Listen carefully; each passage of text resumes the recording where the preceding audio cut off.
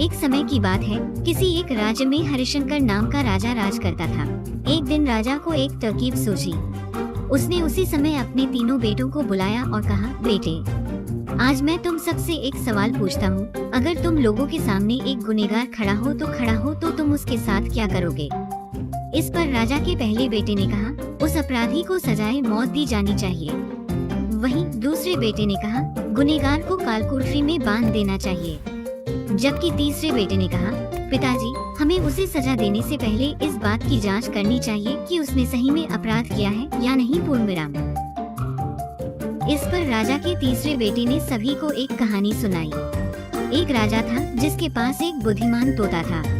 एक बार उस तोता ने महाराज से कहा, मुझे अपने माता और पिताजी के पास जाना है। राजा ने उसकी बात नहीं मानी, लेकिन तोता ने हार नहीं मानी।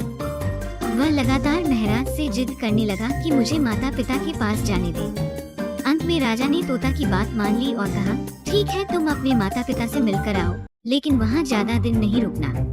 राजा ने तोता को केवल 5 दिन की अनुमति दी और कहा, तुम 5 दिन में अपने परिवार वालों से मिलकर लौट आना। इसके बाद तोता 5 दिन के लिए अपने माता पिता के पास चला गया। छठे दिन जब वह राजा के पास लौट रहा था तो उसने सोचा कि क्यों न वह महाराज के लिए कुछ उपहार ले लिया जाए। तोता ने पर्वत पर पहुंचकर फल तो ले लिया, लेकिन रात हो जाने के कारण वह आगे नहीं बढ़ा और वहीं रुक गया। उस रात जब तोता सो रहा था तभी एक सांप वहां आया और उसने राजा के लिए ये अमृत फल को खाने लगा। अगली सुबह जब वह जगा तो फल लेकर महल की ओर चल पड़ा। जब वह महल पहुंचा तो खुशी खुशी सीधे राजा के पास गया और कहा, महाराज, मैं आपके लिए ये अमृत फल लेकर आया हूँ। आप इसे खाएंगे तो सदा के लिए अमर हो जाएंगे। ये सुनकर राजा काफी प्रसन्न हुए। उन्होंने तुरंत उस अमृत फल को खाने के लिए मांगा। इस पर एक मंत्री ने कहा, जरा रुकिए महाराज, आप इस फल को बिना जांच किए कैसे खा सकते हैं?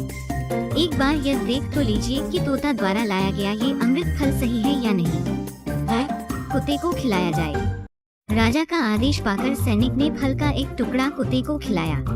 फल खाते ही कुत्ते की मौत हो गई।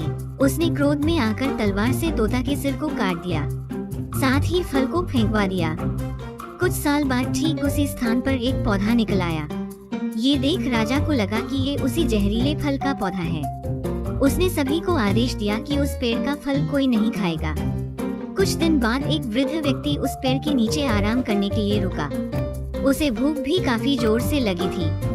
उसने उसी पेड़ से फल तोड़ा और खाने लगा। फल खाने के बाद वह बूढ़ा व्यक्ति एकदम से जवान हो गया। राज ने जब ये देखा तो वह आश्चर्यचकित रह गया।